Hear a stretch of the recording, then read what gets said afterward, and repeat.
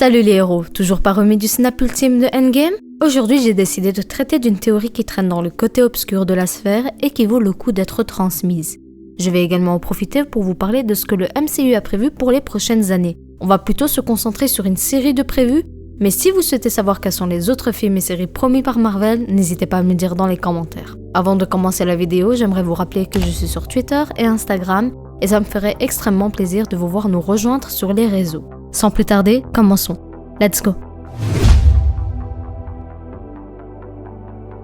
Comme vous le savez, Endgame a décidé de ne pas appliquer les mêmes règles que la majorité des fictions en termes de voyage spatio-temporel, ce qui implique qu'il y ait quelques incompréhensions et des questions sans réponse. Avant de vous exposer la théorie, faisons un petit récap du principe du voyage dans le temps dans le Marvel Cinematic Universe pour ceux qui n'auraient pas regardé ma précédente vidéo. Changer le passé ne change pas le futur.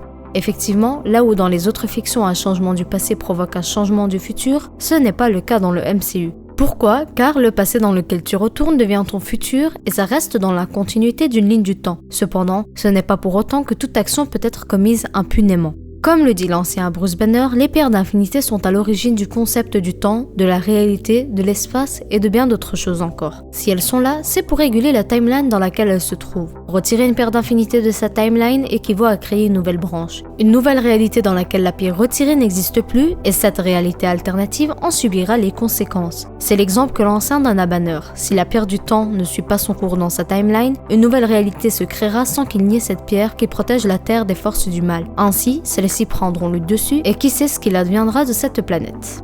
Le moyen que Bruce a donc proposé, c'était tout simplement de les emprunter, le temps de tout remettre dans l'ordre et de ramener les pierres dans leur timeline respective, ce qui sera fait par Captain America en fin de film. Cependant, si vous vous souvenez bien, le dieu de la malice Loki avait pu s'échapper avec le Tesseract en 2010 suite à l'échec de Tony Stark et de Ant-Man pour le récupérer. Mais alors, qu'en est-il de Loki? Ce dernier s'est enfui et le fait qu'il ait le Tesseract en sa possession et que la pierre ne soit plus là où elle devrait être, engendrera une nouvelle branche, une nouvelle réalité. Une réalité qui correspondrait à la série qui lui est consacrée et qui sortira sur Disney+ prochainement. Mais ça ne se finit pas là. Steve Rogers avait pour but de couper toutes les branches. Et ça, c'est un point essentiel dans sa mission. Si nous pensions qu'il n'allait remettre que Mjolnir et les pierres d'infinité, car c'est ce qui était visible lors de son départ, ce n'était pas totalement le cas. Quand il parle de couper les branches, celle que Loki pourrait potentiellement créer en fait partie. Un point soulevé par les rumeurs de la sphère anglophone et qui n'est pas vraiment inintéressante. Il faut savoir que les réalisateurs ont expliqué que Steve Rogers avait changé de réalité lorsqu'il est retourné vivre avec Peggy Carter, son amour de toujours. Selon eux, rester trop longtemps dans une timeline où tu n'es pas censé être, crée une nouvelle branche et une nouvelle réalité. Un mystère qui s'est ajouté à la liste en plus de son retour à la fin de Endgame.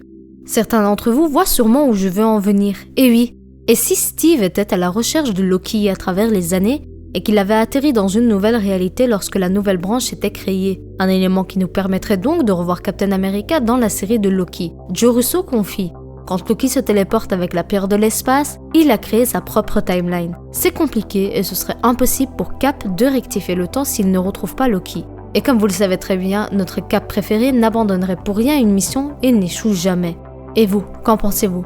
Je trouve que cette rumeur théorie est pas mal à exploiter et qu'elle pourrait être très intéressante et logique. Nous n'avons toujours pas de réponse à la question comment Steve a donc fait pour revenir dans la réalité de base de nos héros, mais c'est une bonne chose. C'est une réponse que l'on pourra pourquoi pas trouver dans la série de Loki. Un moyen de changer de réalité, ce qui permettrait à Loki de revenir dans la réalité de base également et d'y vivre, sachant qu'il est bel et bien mort dans Infinity War et qu'il n'est pas revenu à la vie avec le snap. Un moyen de faire revenir Loki dans notre réalité qui est assez intelligent. C'est un personnage très apprécié et on aimerait le revoir dans les futures phases du MCU aux côtés de nos héros. Dites-moi ce que vous en pensez dans les commentaires, en tout cas, moi je suis fan. Le Endgame a laissé de nombreuses questions en suspens, et tout au long de notre aventure, on tentera d'y répondre. Abonnez-vous si ce n'est pas encore fait et activez la petite cloche pour être averti lors des sorties des prochaines vidéos. Je compte sur votre soutien pour bombarder le pouce bleu, les commentaires et partager la vidéo avec vos amis. Et comme le dit si bien Tony Stark, la fin fait partie du voyage. Allez, salut!